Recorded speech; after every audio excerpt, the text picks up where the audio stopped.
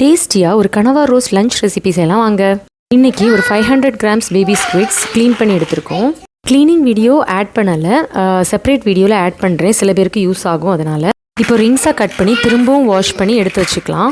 இப்போ ரோஸ்ட்டுக்கு தேவையான சாப் பண்ண வேண்டிய திங்ஸை எடுத்துக்கலாம்.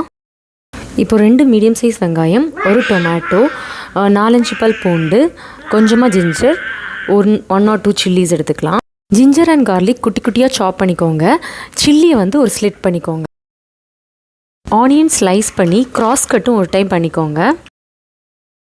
டொமேட்டோஸும் சாப் பண்ணிக்கலாம். இப்போ கட் பண்ண வேண்டிய திங்ஸ் எல்லாம் ரெடி ஆகிடுச்சு. இப்போ பேன் சூடு பண்ணிவிட்டு 2 டேபிள் ஸ்பூன் ஆயில் சேர்த்துக்கலாம். ஆயில் சூடானதும் கடுகு, ஜீரகம், பெருஞ்சீரகம் போட்டுக்கலாம்.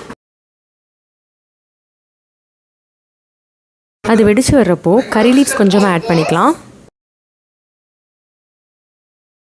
சாப் பண்ணியிருந்த ஜிஞ்சர், கார்லிக், அப்புறமா சில்லி ஆட் பண்ணிக்கலாம்.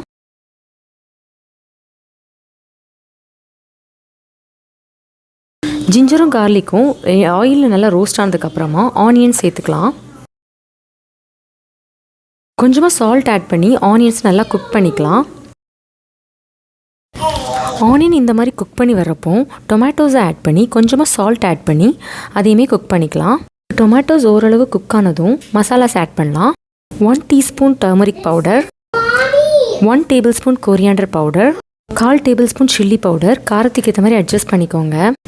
கொஞ்சமாக 1/4 டீஸ்பூன் அளவுக்கு கரம் மசாலா. இப்போ எல்லா மசாலாவும் சேர்த்து நல்லா குக் பண்ணிக்கலாம். ஏன்னா பேபி கனவாஸ் வேகிறதுக்கு ரொம்ப கம்மியான டைம் தான் தேவைப்படும்.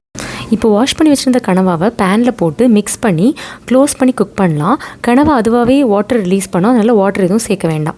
10 மினிட்ஸ் குக் பண்ணிக்கோங்க. அப்புறம் 2 மினிட்ஸ் ஹை ஃப்ளேமில் ரோஸ்ட் பண்ணிக்கோங்க. ஓவர் குக் பண்ண வேண்டாம், ஹார்டாயிரும். இப்போ நம்ம கனவா ரோஸ்ட் லஞ்ச் ரெடி.